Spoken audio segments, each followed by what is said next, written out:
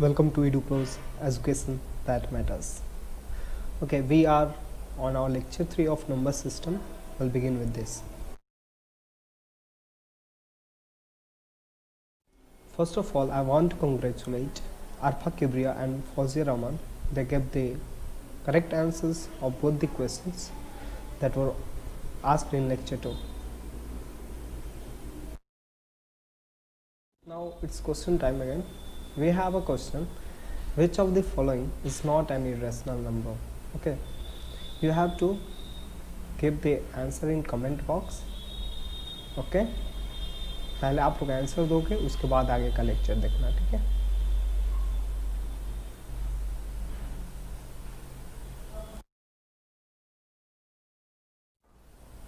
तो हम अब चलते हैं अपने लेक्चर 3 की तरफ. हम लोग लेक्चर 3 में मेनली पढ़ेंगे irrational number and real number. ऊपर के ये सारे टॉपिक्स हम लोग ऑलरेडी पढ़ चुके हैं. अब बचा हुआ है 2 topic, decimal expansion and laws of exponent, जो मैं अगले लेक्चर में कवर करा दूंगा और ये चैप्टर कंप्लीट हो जाएगी. तो अभी चलते हैं इरेशनल नंबर्स की तरफ.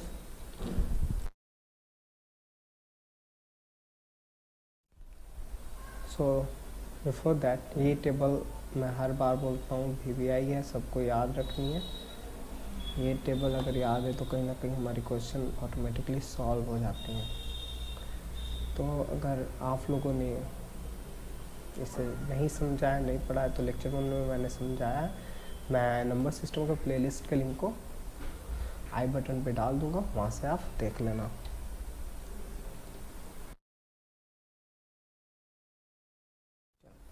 अब हम आते हैं अपने आज के टॉपिक इरेशनल नंबर पे. तो इरेशनल नंबर क्या कहता है? Irrational number is a number that can not be expressed as a fraction p by q for any integers p and q. p और q कोई भी इंटेजर है तो हम उसे p by q के फॉर्म में नहीं लिख सकते. Irrational number like √2.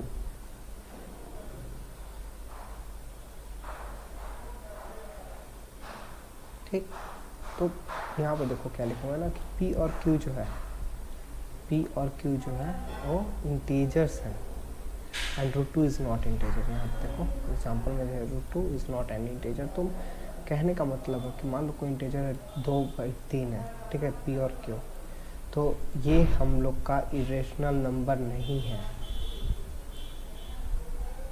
ठीक, इरेशनल नंबर नहीं है, ये इरेशनल नंबर है. और √2 को हम लोग कितना भी चाहें तो √2 को हम लोग p by q के फॉर्म में नहीं ला सकते हैं, मतलब चेंज नहीं कर सकते हैं. अगर जहाँ पे हम p को भी मतलब इंटेजर रखें और q को भी इंटेजर रखें तो ऐसा पॉसिबल नहीं है. This is not possible. Now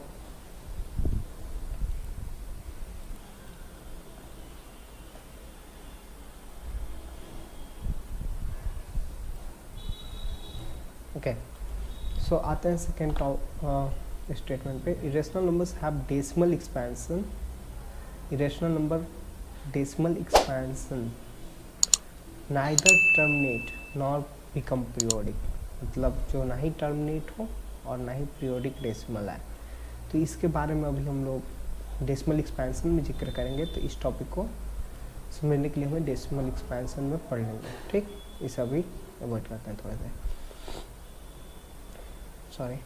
अब आते हैं every transcendental number is irrational. मतलब बोल रहा है कि ट्रांसीडेंटल नंबर कोई भी है तो उसे इरेशनल नंबर होना जरूरी है. ट्रांसीडेंटल नंबर क्या है? तो कुछ हमारे पास ऐसे नंबर होते हैं तो ना ही टर्मिनेट करते हैं या फिर पीरियोडिक नहीं होते हैं, तो उन लोग को ग्रीक लेटर मिला होता है या फिर मतलब ग्रीक लेटर से डिनोट किया गया है. Like pi is here Greek letter and is also a transcendental number. ठीक है, तो ट्रांसीडेंटल नंबर कोई भी नोटेशन दिया गया है. ठीक, pi is a notation. Okay, notation और नंबर ही है. ठीक, और इस पाई को ट्रांसीडेंटल नंबर कहा गया है. हम लोग के पास और भी ट्रांसीडेंटल नंबर हैं पर हमारे सिलेबस में भी सिर्फ पाई है, तो पाई के बारे में ही बात कर रहे हैं. तो क्या है, ट्रांसीडेंटल नंबर होगा तो वो इरेशनल होगा ही होगा। ओके, अब आते हैं अपने क्वेश्चन की तरफ। सो ये है हमारा question, how to represent √3 on number line. √3 को कैसे नंबर लाइन, तो सबसे पहले हम यहाँ पे देखते हैं, ये है हमारी एक नंबर लाइन ड्रॉ किया, ठीक, ये नंबरिंग कर दिया 0 1 2, ठीक है। तो सबसे पहले हम लोग को √3 चाहिए, √3 1 से बड़ा है, तो एक लेंथ लिया गया है ओ ए, ठीक है, जिसकी लेंथ 1 है। देन ओ ए भी लिया गया है जिसकी लेंथ 1 है। तो पाइथागोरस थ्योरम से ये परपेंडिकुलर और बेसिस के स्क्वायर का सम का रूट हमारा हाइपोटेनस होगा, दैट इज √2 यहाँ पे आया। ओके, तो ये देखो √2 आ गया ना, तो √2 पर से जब हम ऐसे डॉट डॉट करके नंबर लाइन पे जहाँ पे वो इंटरसेक्ट करेगा, तो this point is going to represent √2 on number line. Okay, similarly पर हमें तो √3 का चाहिए, तो √2 पे फिर से हमने BC एक लेंथ लिया 1। ओके, तो फिर से हाइपोटेनस अपने पास आ गए √3। अब इस C पॉइंट से जब डॉट डॉट डॉट डॉट लेके आते हैं हम नंबर लाइन पे, जहाँ पे भी इंटरसेक्ट करेगी वो, दिस पॉइंट विल बी √3, ठीक है। ये तो हो गया √3 का आ गया अपने पास नंबर लाइन का। अगर हमें √4 का चाहिए तो 2 पे ही आएगा, परफेक्ट स्क्वायर है। √5 की चाहिए तो पहले हम 2 लाएंगे, मतलब हमेशा ना √n+1 के लिए अपने को √n की ज़रूरत पड़ेगी, √n लाएंगे, उसके बाद हम √n+1 लाएंगे, ठीक है, और इस तरह से हम नंबर लाइन पर रिप्रेजेंट करेंगे।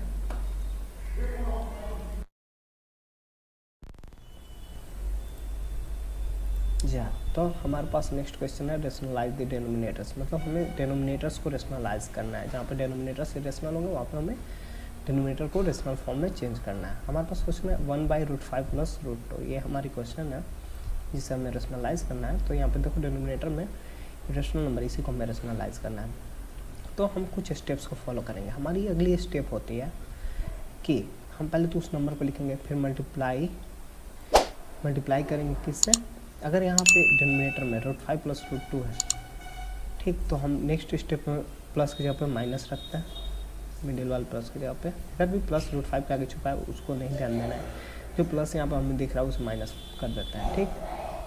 और न्यूमरेटर और डिनोमिनेटर दोनों में सेम नंबर मल्टीप्लाई करते हैं ताकि कट के 1 ही रह जाए, और फिर से अपनी क्वेश्चन जो है ना वो चेंज नहीं होनी चाहिए। मतलब 1 से किसी को भी नंबर को मल्टीप्लाई करोगे तो चेंज नहीं होती है, हमें पता है।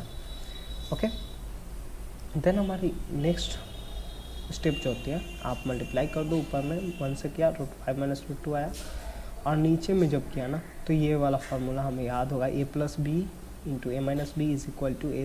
- b²। वही फार्मूला यहाँ पे हमने लगाया और हमें आया √5 - √2/5 - 2 which is followed by √5 - √2/3। So this will be our answer. हमें ये आंसर क्यों हो गया, क्योंकि हमें डिनोमिनेटर्स को रेशनलाइज करना था। और अब देखो यहाँ पे हमें एक डिनोमिनेटर जो है 3 है, एक इंटीजर है, एक रेशनल नंबर है।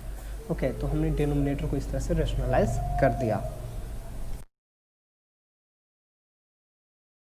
अब आते हैं रियल नंबर पे। मैंने रियल नंबर शुरू में भी थोड़ी बताई थी, रियल नंबर बोला था कि रेशनल के बाद भी बताऊंगा, ऐसा कहा था क्योंकि हाँ देखो अब रियल नंबर क्या होता है ना, रियल नंबर जो होता है वो रेशनल प्लस इरेशनल दोनों का कॉम्बिनेशन होता है। जब रेशनल और इरेशनल नंबर मिलते हैं तो रियल नंबर बनता है। तो आते हैं डिफिनेशन पे, real numbers are the numbers which include both rational and irrational number, देखो लिखा है, ठीक।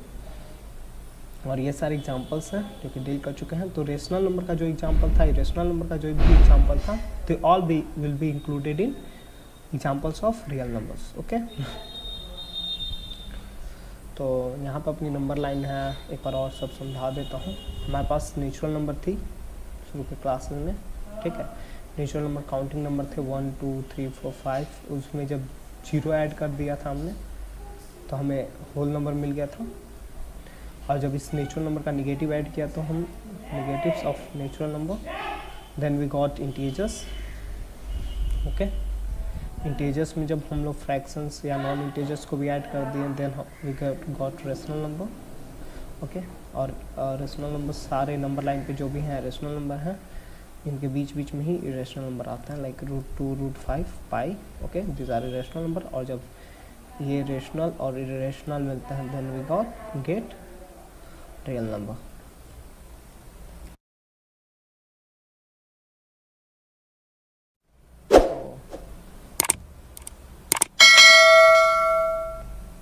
इसी के साथ आज का लेक्चर समाप्त होता है और हम लोग अगले लेक्चर में डेसिमल एक्सपेंशन पढ़ेंगे एंड लॉज ऑफ एक्सपोनेंट्स हैं उसे पढ़ेंगे। ओके, अपने फ्रेंड्स के साथ शेयर करो, अपने बैचमेट्स के साथ शेयर करो।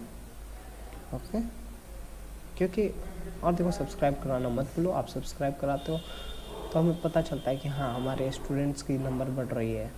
ओके, तो हमें और भी मज़ा आएगा पढ़ाने में। और जो मैंने क्वेश्चन दी है उसके की आंसर कमेंट बॉक्स में डालो, ठीक। सही आंसर देने वालों का नाम मैं नेक्स्ट लेक्चर में लूँगा। Only 3 who will be answered first. Okay,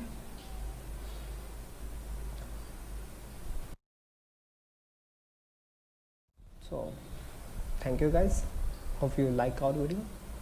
Okay, thank you, bye bye, take care guys, stay home, stay safe.